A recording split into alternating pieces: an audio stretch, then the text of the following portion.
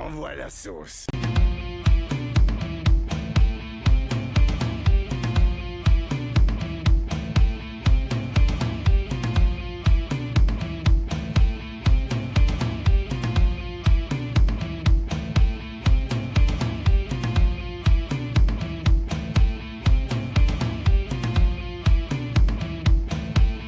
Bonjour à tous, c'est Natato Bros. Aujourd'hui, on se retrouve pour les rattrapages du second trimestre 2024. Alors, ne perdons pas plus de temps et commençons. On va commencer avec le film. Allez, c'est parti. De le tuer! Est-ce que tu peux être coincé du cul, Xavier? Ma parole pète un coup! Alors, on va commencer avec le film Et plus si affinité, qui est un petit film français qui est un peu comme le prénom, c'est-à-dire qu'on est dans un huis clos et qui a, alors là, l'histoire, c'est un couple qui rencontre un couple de voisins qui fait des échanges, ouah, vous savez, hein, des échanges, enfin, qui font que faire l'amour, voilà, super. Et donc, l'autre, il compte leur dire d'arrêter, puis en fait, il leur propose de faire voilà, de faire une relation sexuelle à 4. Et ben non, ça ne voilà, ils sont pas tous contents. Alors, déjà, ça fait plaisir de revoir Bernard Campan, parce que c'est vrai qu'il a refait des films depuis un petit moment, hein, mais le revoir dans ce milieu-là de la comédie comme ça fait plaisir. Et oui, alors c'est pas le film que je verrai tous les jours, mais il y a quand même des bonnes idées, il y a des punchlines qui marchent plutôt pas mal. Là, au moins, ce qu'on va faire, c'est qu'on va pas faire comme beaucoup de films à faire, ouais, à faire essayer de faire rire sur les homophobes, tout ça. Là, non, c'est sur quelque chose qui est totalement barré. Vraiment, le menu, il est barré, ça fait vraiment très plaisir. C'est très drôle, ça marche bien écrit. Il y a un peu de romance, tout ça. Il y a des choses que tu comprends, machin. Vraiment, c'est un très bon film que je peux vous conseiller. Donc voilà, et puis Affinité, je lui mets 7 sur 10 parce que c'est pas le film parfait non plus, il y a des punchlines qui marchent pas. Le film, il est extrêmement court. La fin, elle finit bizarrement. Voilà, elle finit à moitié, quoi. Bon, voilà. Donc oui, voilà, c'est un bon film qui, pour moi, mérite la note de 7 sur 10.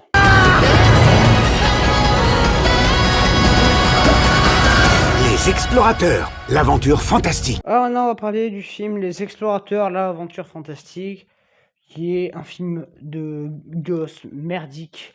Un film merdique pour les gosses que j'ai vu malheureusement. Et tu vois, c'était naze, mais mon Dieu, mon Dieu. Waouh, l'animation, elle est dégueulasse, tout comme le film. Voilà, le film est écrit avec le cul. Alors, t'as un mec qui peut voir des personnages rêver, mais en fait, enfin, c'est super bizarre. Il les voit, mais tu sais pas pourquoi il les voit. Enfin, bon, c'est très étrange. L'histoire, c'est une histoire à la Dora l'exploratrice, quoi, sans déconner. Et encore une Dora, je suis sûr, c'est plus passionnant. Voilà, ça n'a ni queue ni tête, y a rien. Non, il y a un pas gentil, il faut battre le pas gentil, mais on n'est pas là sur les super-héros, donc on le bat de manière super naze, hein. Voilà, il y a des relations amoureuses toutes pétées, mais les personnages sont écrits avec le cul. Waouh! Les musiques, elles sont pétées elles aussi. Oh, ça, c'est bien zéro, hein. Il y a rien, il y a rien. Même un gosse de 3 ans, il s'est chez devant. Donc voilà, allez hop, ça c'est un 0 sur 10. C'était peut-être pas une si mauvaise idée. On va vite revenir sur une comédie française nommée Nous les Leroy. Alors, naze, voilà, j'ai pas kiffé. Les blagues, ça fait vraiment très méchant. En fait, c'est pas des blagues très gentilles, c'est des blagues méchantes. Ça fait pas rire, c'est lourdingue. Même le synopsis, il est pété. Enfin bon, on ne comprend absolument rien. C'est à peine le film commence, ça y est, l'histoire est déjà placée parce que tu comprends. Il faut qu'on aille vite dans les conneries. Voilà, là j'ai été déçu parce que moi José Garcia, je l'aime bien. Voilà, c'était vraiment nul, hein. Donc voilà, un navet à éviter si possible. Voilà, donc Nous les Leroy, c'est un 0 sur 10. Il y avait absolument rien de drôle. C'était naze, mais comme pas possible.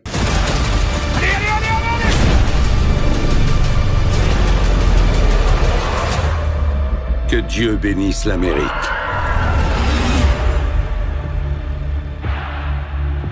Alors, on va maintenant parler du film Civil War. Alors, j'ai pas trop kiffé ce film, car c'était très vide, trop long, même chiant par moment. C'est vrai que j'ai pas trop apprécié ça. Je trouve que le concept de on nous vend le truc de l'Amérique au bord de l'effondrement, machin, j'ai pas l'impression qu'on le voit beaucoup. Alors, on va surtout suivre des mecs qui parcourent les routes des journalistes et qui vont croiser des mauvais Américains. Enfin bon, ouais, j'ai pas vraiment kiffé ça. Enfin bon, voilà, c'est pas un film. Kenny qui a aimé, je comprendrais, mais moi, c'est pas du tout mon kiff, vraiment. Non pas que c'est mal réalisé, parce que c'est bien filmé, mais bon, niveau écriture, on repassera quand même, hein. J'ai pas trouvé ça génial. En tout cas, voilà, donc non, j'ai pas trop aimé. Voilà, sans raison valable, voilà. Bref. Donc, j'ai mis la note de 0/10, parce que c'est juste un film pour rebondir sur le Black Lives, le mouvement Black Lives Matter. Bon, voilà, quoi, c'est bon, quoi, ça m'intéresse pas. Donc, on passe à la suite. Tu risques quand même de l'avoir un peu moins. Alors, on va parler d'une autre comédie française qui s'appelle N'avoue jamais. Donc, c'est avec André Dussolier, hein, notamment. Donc, c'est André Dussolier qui veut venger, enfin, qui veut se venger parce que pendant qu'il était à la guerre, sa femme en fait l'a trompé et elle lui a jamais dit. Et donc, le jour où il va le découvrir en rangeant le grenier pour faire une chambre, il va donc vouloir se venger sur cet homme. Voilà. Alors, c'est une bonne comédie. Franchement, je m'attendais à une daube et franchement, c'était sympa. Après, c'est pas révolutionnaire sur la forme. Je le reverrai pas. La fin est très drôle, par contre. Le final, la dernière scène est très très fun. Mais voilà, on va avancer dans des révélations. En fait, alors, il y a des fois, le problème qu'il y a, c'est que c'est vrai que c'est très...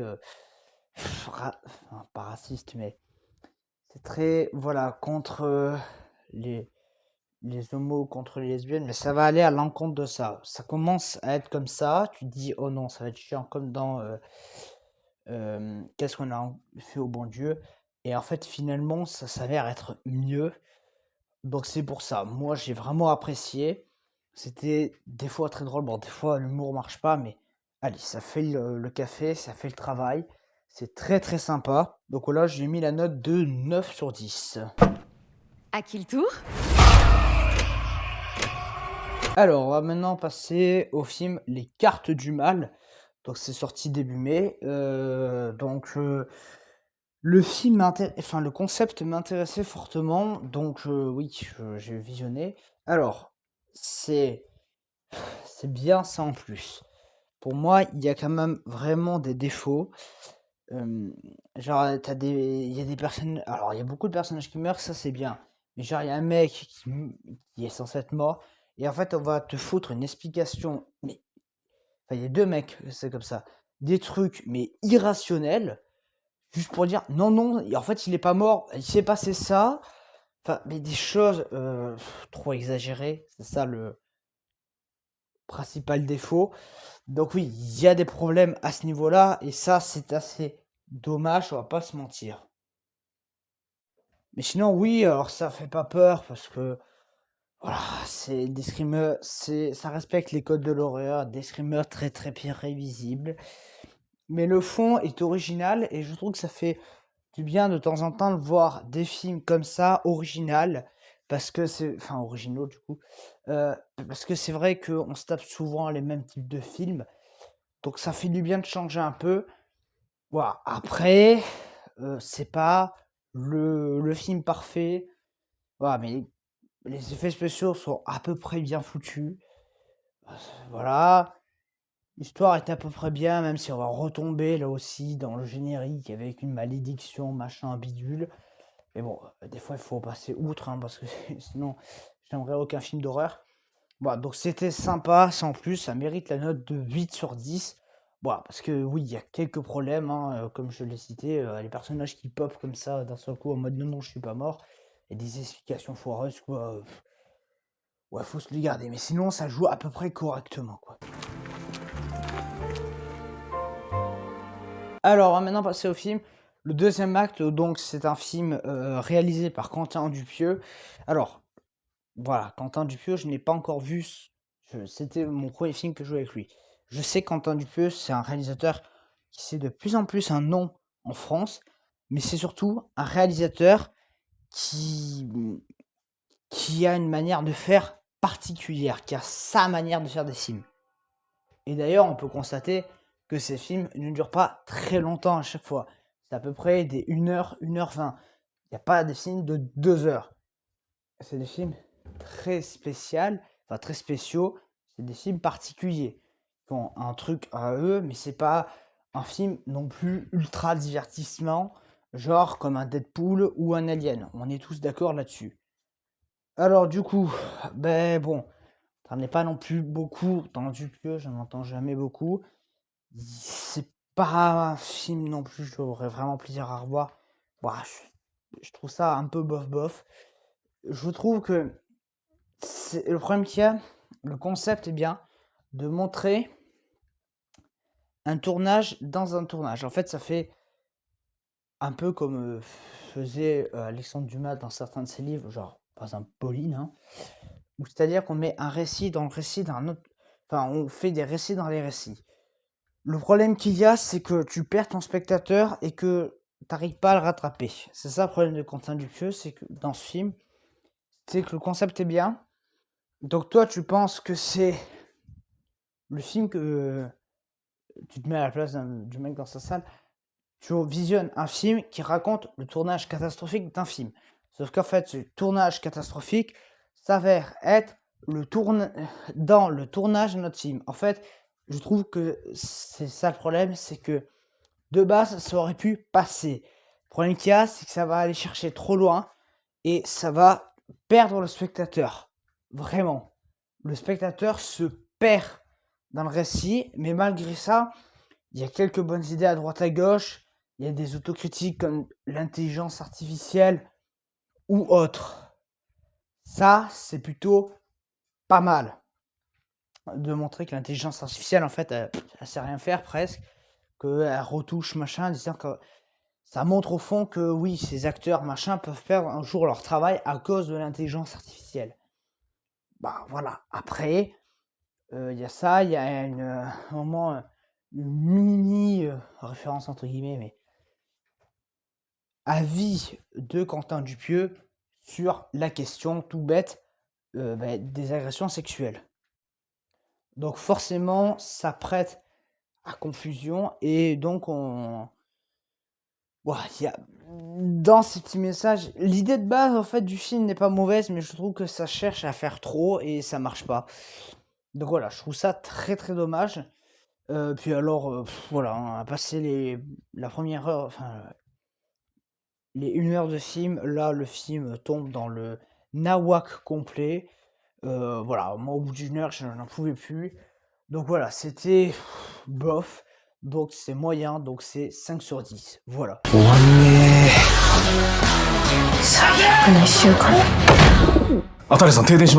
Alors on passe maintenant au film Comme un lundi, donc film japonais, il me semble.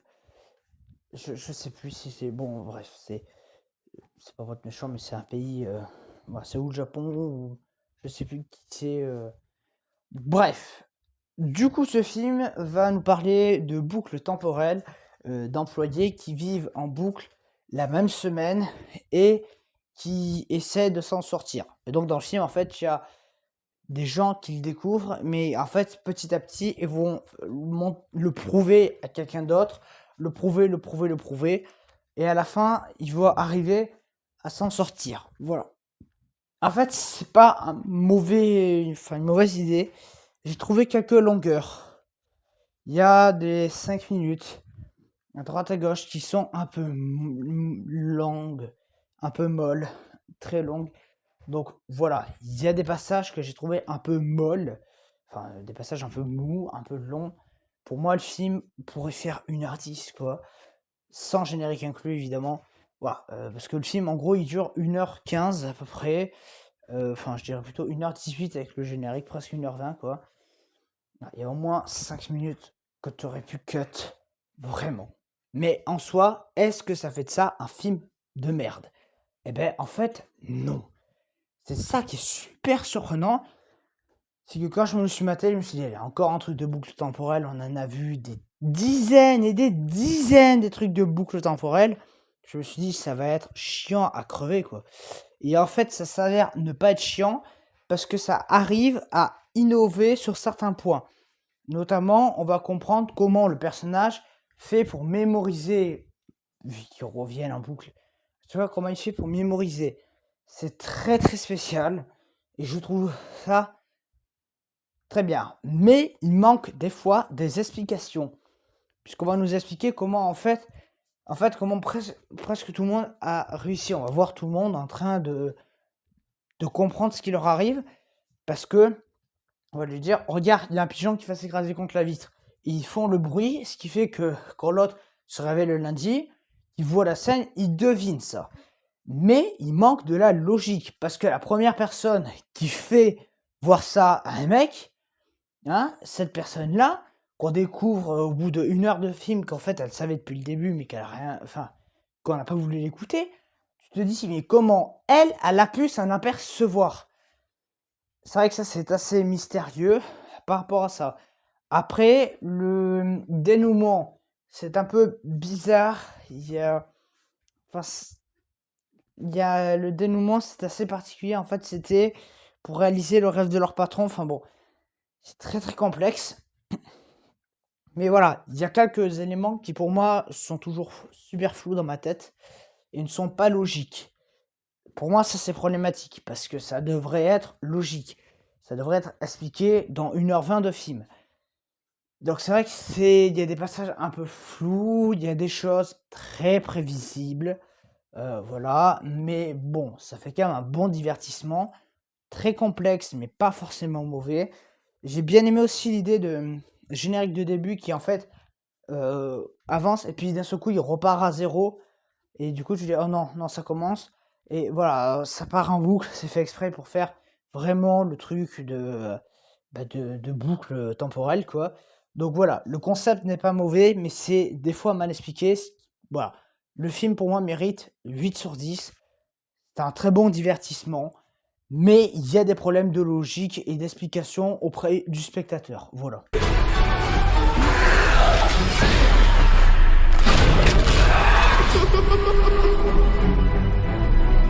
Alors maintenant, on revient au film d'horreur de merde, hein, avec Abigail. Hein. Donc voilà, bon ça... voilà, c'était pas très très bon, de toute façon ça se voyait à la bande-annonce, tout ça. Donc c'est un film de... Enfin, en fait, le film a plusieurs trucs en soi. En fait, c'est un film où il y a une fillette qui va se faire kidnapper. Sauf que cette fillette qui est en ballerine s'avère être un vampire en ballerine. Ah, mais c'est super ridicule, hein.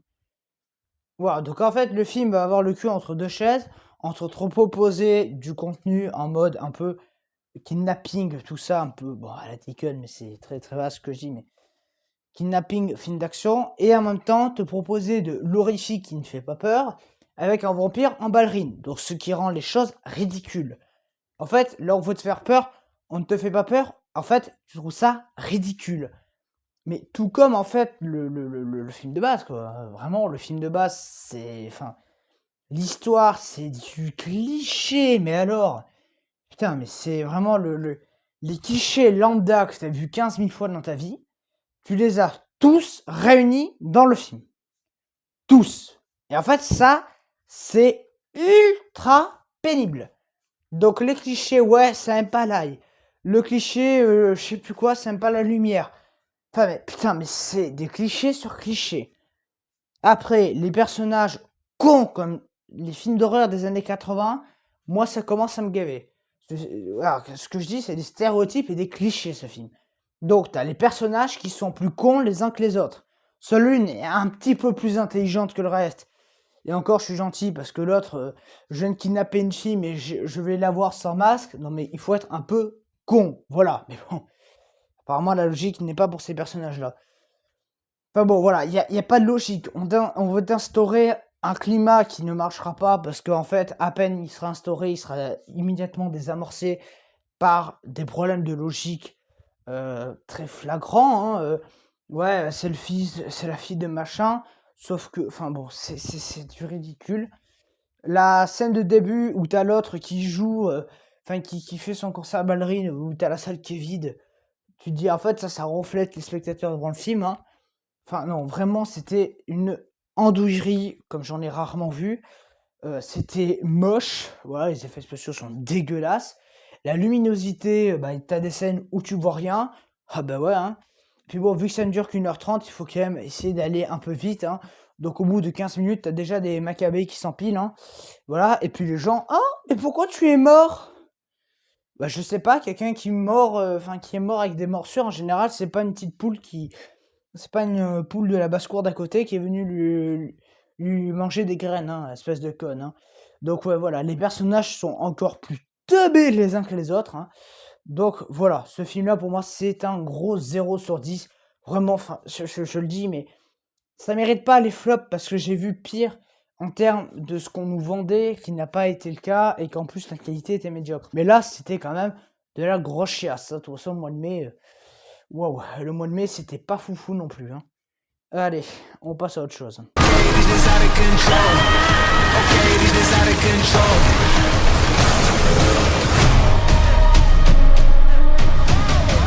Bon, je vous rassure, hein, c'est pas sur ce film qu'on va passer à de la qualité, puisqu'on va parler de Atlas.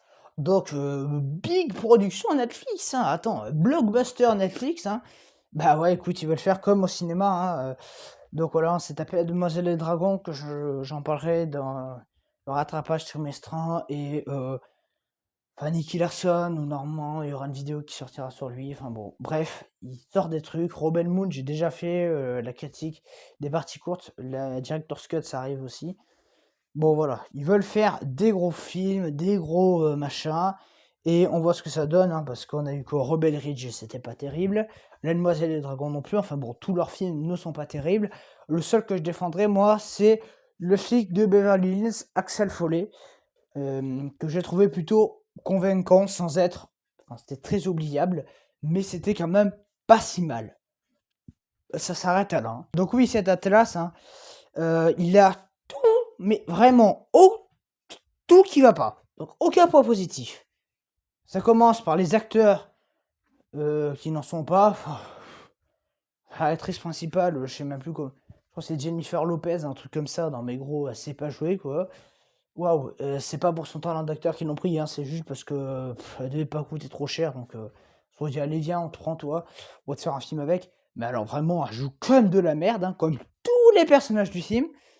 En plus, ça veut parler d'intelligence artificielle, mais bon, autant vous dire que quant à ça qui sort là en avril 2024 et que en septembre tu t'es tapé The Creator, hein, ouais, tu te dis bon écoute, stop quoi, arrête ton cirque. Alors, je ne parlerai pas des effets spéciaux qui sont mais tellement dégueulasses que t'es à deux doigts de gerber devant le projet, quoi. Vraiment, je sais pas comment j'ai fait pour aller au bout.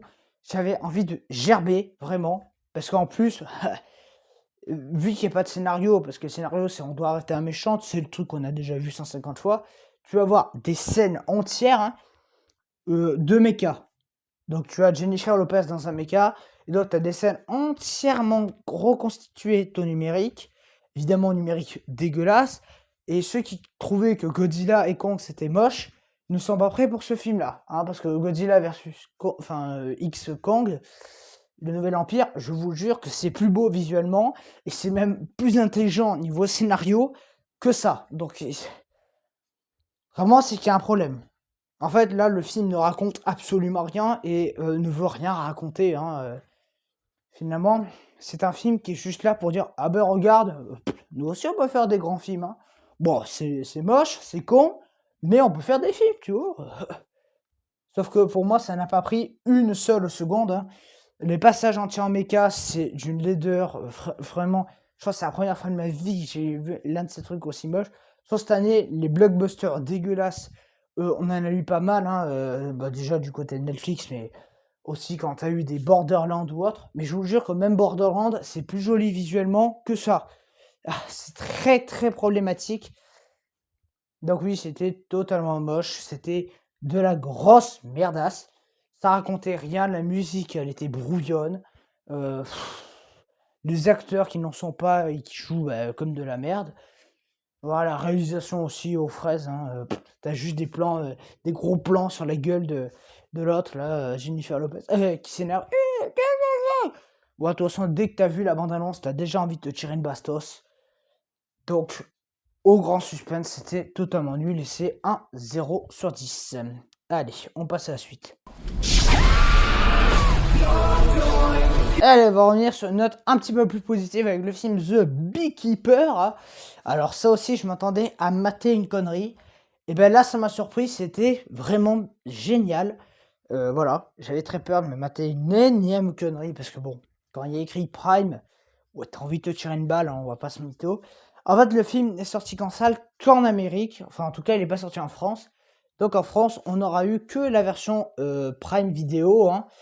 Et ben écoute, c'était pas dégueu, hein, on va pas se mytho, c'était plutôt convaincant, plutôt sympa, passer un bon moment devant. Alors, l'histoire c'est Statham, donc après s'être remis en eau très trouble, hein.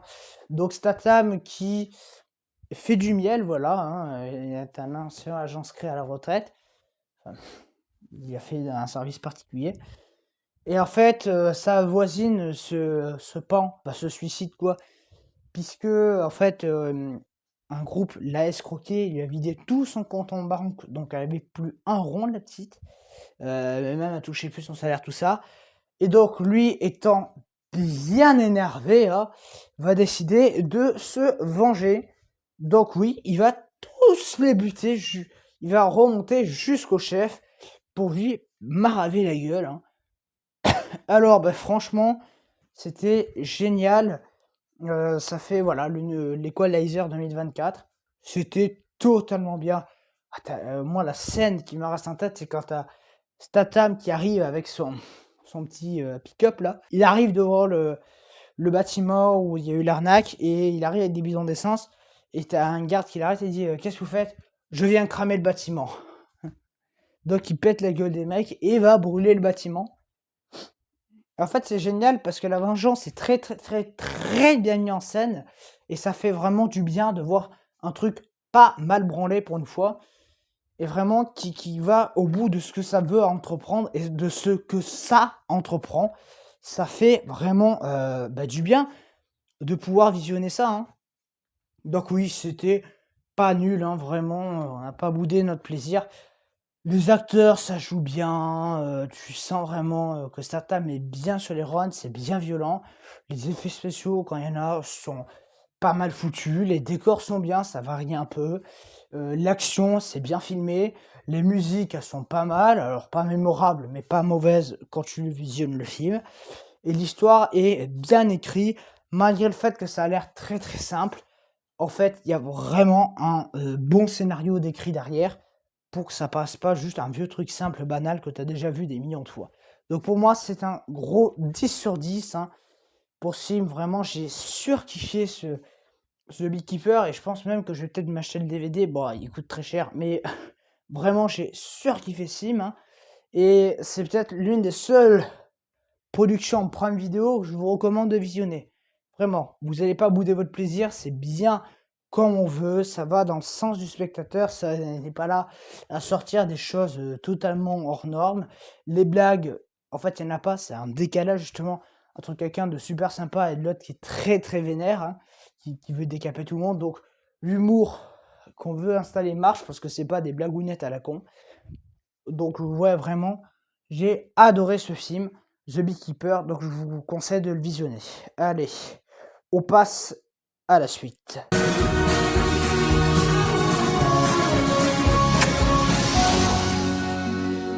Alors, on passe maintenant au film, un nouveau film français, donc La Petite Vadrouille, avec notamment, en casting, hein, on a quand même Daniel Auteuil, hein. C'est quand même un grand acteur français. Alors, le film de base, je m'en foutais royal. Genre, vraiment, le film ne m'intéressait pas.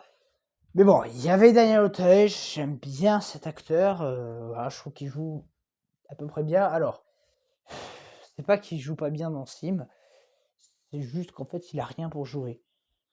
C'est un signe qui est là pour montrer que là, c'était vraiment chercher un petit chèque parce qu'on lui a proposé et gentiment, il a accepté.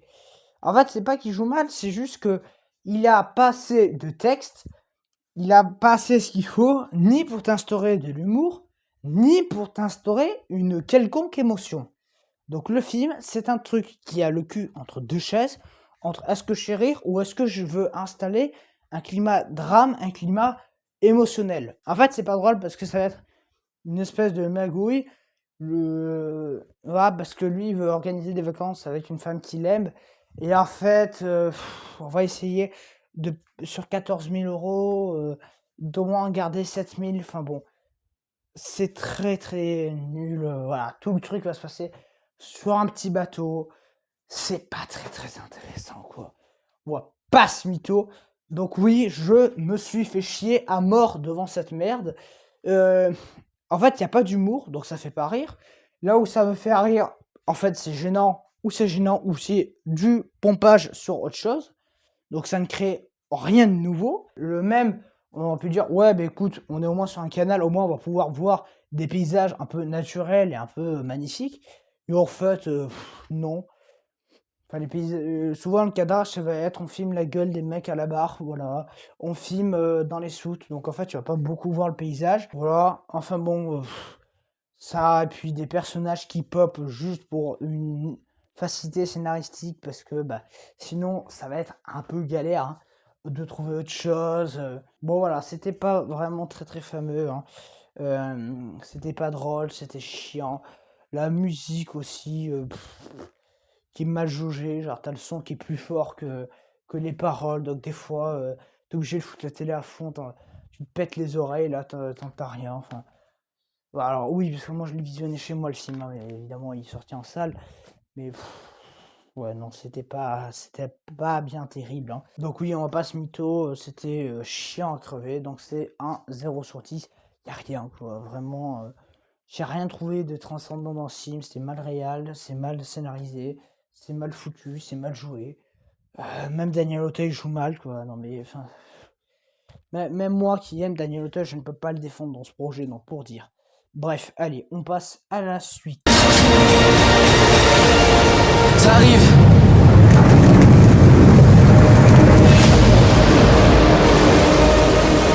Alors, on revient un peu au film un peu français avec Survivre, hein.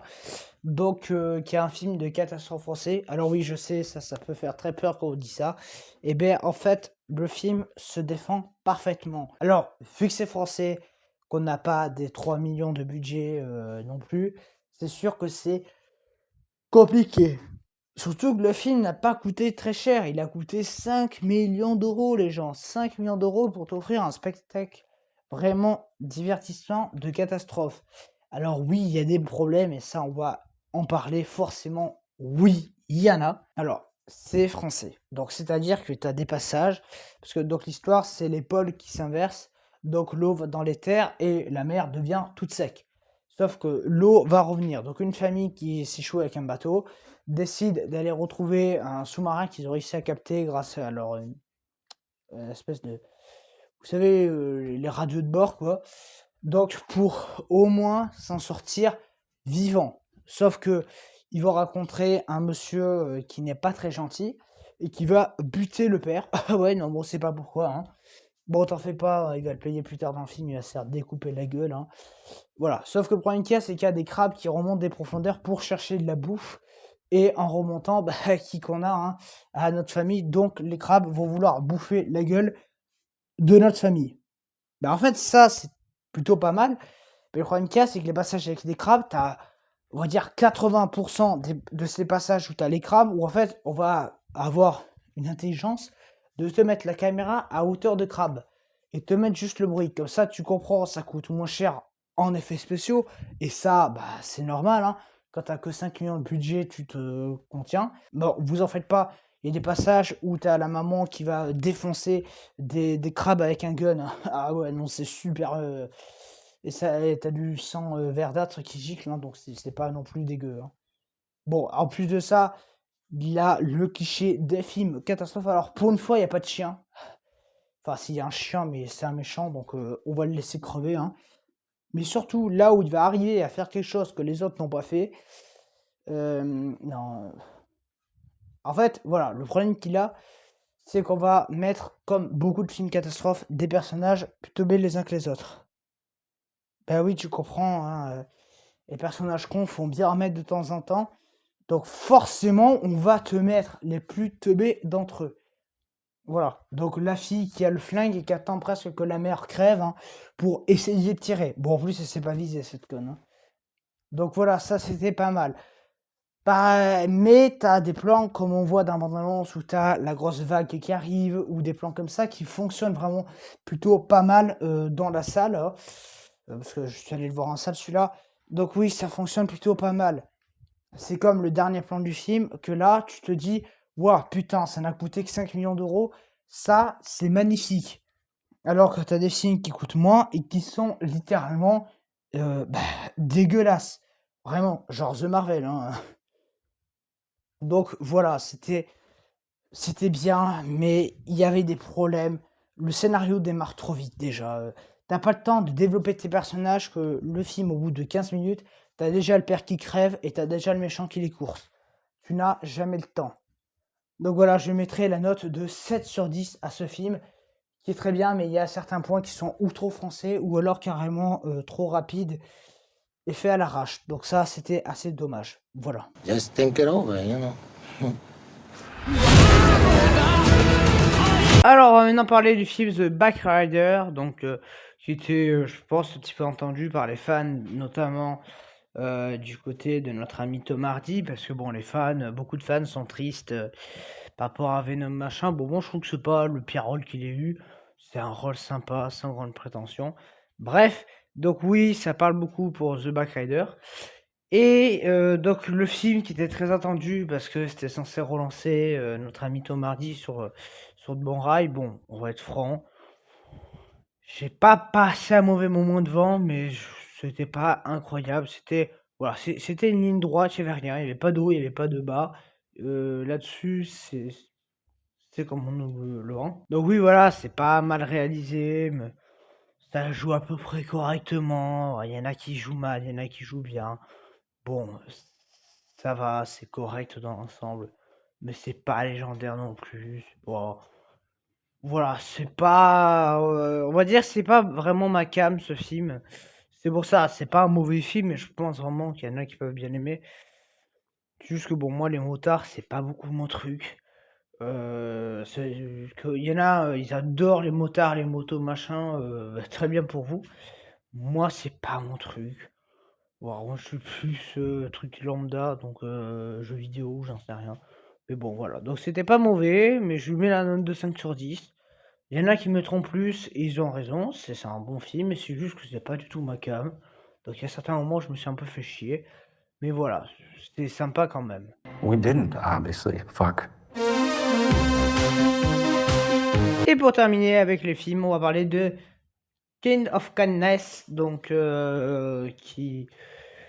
Bon, on va être honnête, c'est pas bon. C'est pas bon. C'est un film qui est pas bon. C'est du nawak. Mais... Waouh. Oh, le nawak. Non mais c'est... J'ai jamais vu un film faire autant du nawak. C'est le bazar. Tout le long du film. Voilà. Alors il y a des... En fait, les personnages, ils sont pas bien écrits. Donc en fait, tu t'attaches à aucun d'entre eux. C'est presque, en fait, ça te donne envie de rire, mais pas dans le bon sens du terme, parce que c'est du n'importe nawak. C'est tellement chiant.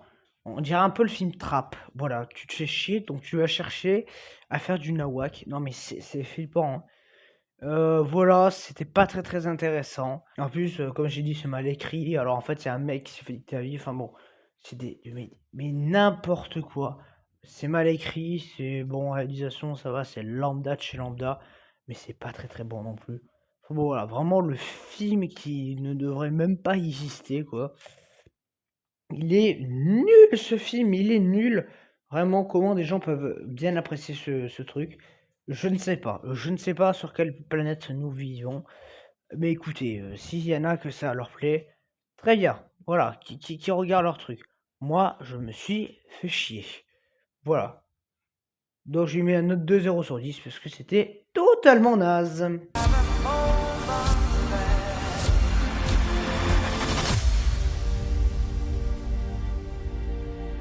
On va maintenant passer aux séries avec Goodbye Earth, donc une série diffusée sur Netflix, ça. Donc c'est une série coréenne, je crois, hein. Donc c'est une série coréenne, hein, Alors, qu'est-ce que ça raconte? Cette série, ça raconte en fait la fin du monde, je crois les 300 derniers jours ou un truc comme ça, 50 ou un truc comme ça, avant qu'une météorite se pète la gueule sur notre planète et qu'on crève tous. Donc oui, le concept m'a vraiment attiré et pourtant, bah ouais, c'est petit, hein, c'est pas non plus, voilà, hein, les gros budgets Netflix. Bon, quand on voit qu'Atlas est dans ses flops, hein, enfin dans ses rattrapages, et que la note que ça a eu, on se dit que c'est peut-être pas plus mal, effectivement. Donc oui, cette série, je l'attendais vraiment pas mal. Mais pour moi, elle a tous les problèmes d'une série coréenne, je précise. En fait, le problème qu'il y a, c'est que c'est une série déjà pas haut budget. Donc, on te vend un astéroïde qui va s'écraser sur la Terre, hein. Je te rassure, tu ne le verras jamais. En fait, à la fin, on va juste te mettre un gros flash lumineux et hop, ça y est.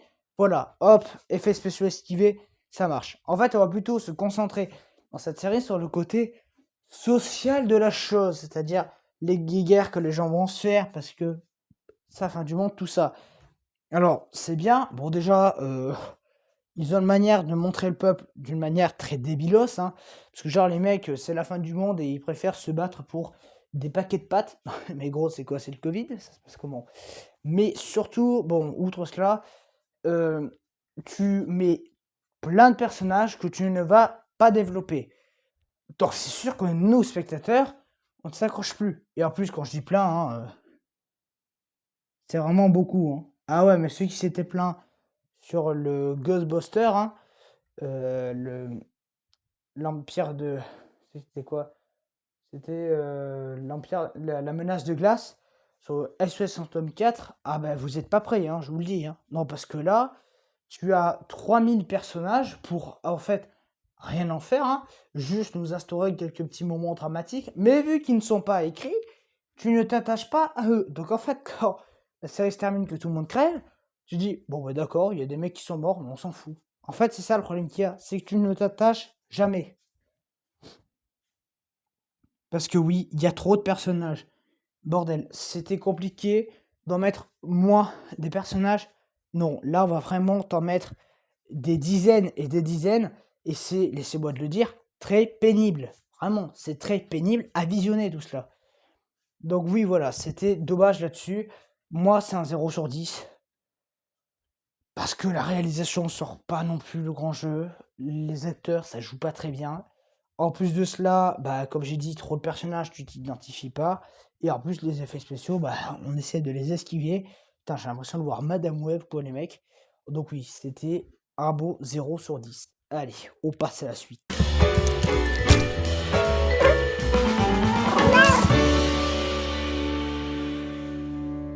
Alors, on va commencer la partie jeu vidéo avec Little Kitty Big City. Donc, c'est un petit jeu où on va contrôler un chat. Donc, ça fait beaucoup penser à Flow. Alors, c'est niveau graphisme, c'est un mélange de Flow et du robot sauvage. Donc, les graphismes sont magnifiques. Par contre, le problème qu'il y a, c'est cette histoire qui est pas folle, où c'est juste un chat qui doit rentrer chez lui. Le gameplay qui est pas fou non plus. Voilà, c'est juste tu vas faire du commerce comme tous les chats, hein. Enfin bon voilà, le gameplay est très très basique, c'est trop, tu as pas beaucoup d'exploration, c'est trop ligne droite le jeu. Donc oui, c'était extrêmement dommage, mais les musiques sont pas très très mémorables. Du coup, j'ai mis la note de 1 sur 10. Voilà, je mets 1 juste pour le style graphique qui est très mignon. Voilà, sinon c'est pas oufissime le reste.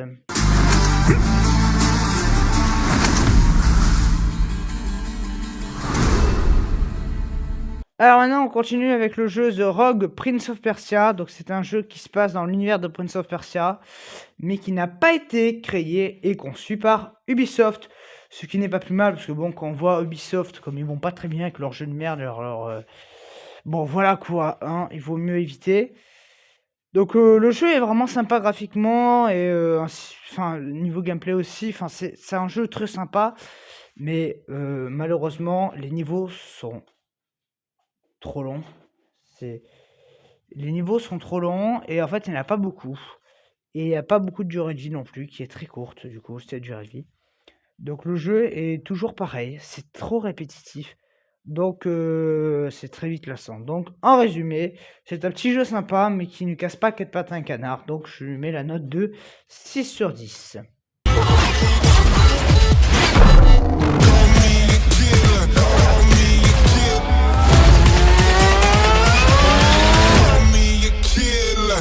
Alors maintenant, on va passer très rapidement sur le jeu F1 24. Bon, parce que en fait, c'est comme chaque année, sauf qu'il y a quelques persos en plus, quelques voitures, et à la rigueur quelques circuits en plus. En fait, voilà, c'est comme un FIFA, c'est comme un Just Dance. Il n'y a aucune nouveauté ou nouveauté, et je trouve ça très très dommage. Donc voilà, je mets la note de 0 sur 10 parce que faire un copier-coller chaque année, moi, ça commence à me gaver.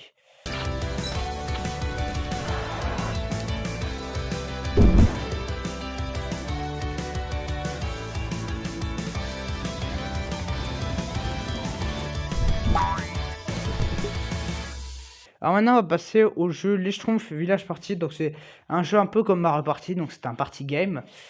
Mais j'ai trouvé ça sympa parce qu'il y avait un petit mode histoire pour si tu joues seul ou tu fais les mini-jeux, tout ça.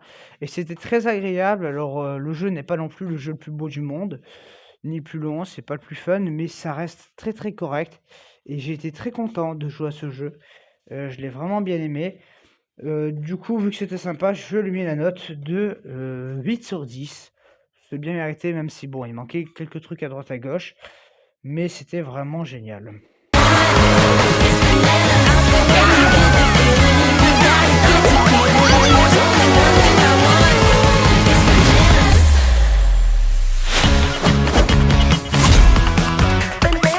On va finir avec le jeu Super Monkey Ball Banana Rimble.